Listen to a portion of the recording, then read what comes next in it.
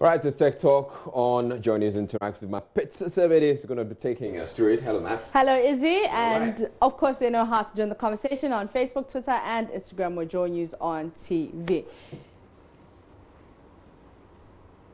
Now let's talk about cameras, smartphone cameras. Megapixels, we all know what megapixels are. So basically they are measurements of how many pixels a camera's image will contain. 1 megapixel is 1 million pixels, all right? So 1 megapixel is 1 million pixels. Another thing is the sensor size. The bigger the sensor, the better pictures your phone can take, which means that night vision, when you're taking a picture at night, it's better. Right, so always look out for a bigger sensor. The bigger the sensor, the bigger the pixel. So in theory, at least you have two phones with the same megapixel. So we have the same phone. For example, you have let me say you have an iPhone 11. I have an iPhone 10, yeah? I'm just trying to make an example so people understand. Okay. We've got the same megapixels, but you have better and a bigger sensor. Although we have the same megapixels, just because you have a bigger sensor, it makes my phone will take better photos. All right, now let's come to the cross-code.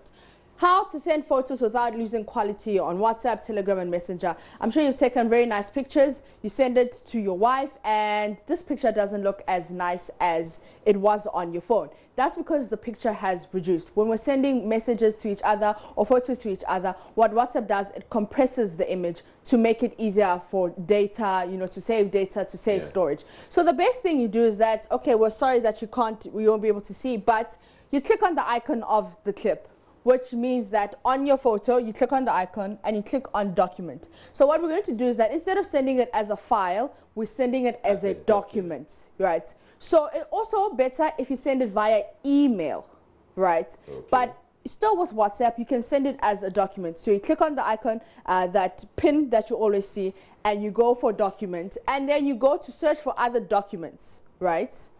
What will happen is that your phone will take you to your documents, but you search for the images.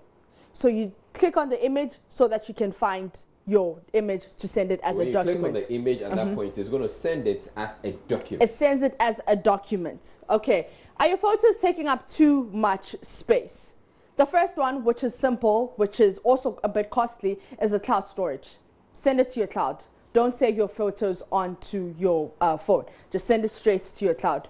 Or if you're using an Android, you can save it on Google Photos. You can save it on Google Photos. You can save it on as many. You can save as many photos on Google Photos. You see, an unfortunate thing about the iPhone is that you only have 5 gigs on your cloud. iCloud. Yeah, your iCloud. And then after that, you have to pay for it. Yeah. Yeah, which is expensive. Which is expensive, so but it's okay. Why do you have to buy an iPhone? We like it like that. Thank you very much. Okay, the second one is a compression software. Now, if you're creating a high-end printed brochure or magazine, you send for a billboard, you want to compress so you get to the app to compress the picture. It will still stay the same. It's just that it's smaller in size. The last one is, let's see, okay, now, you know what?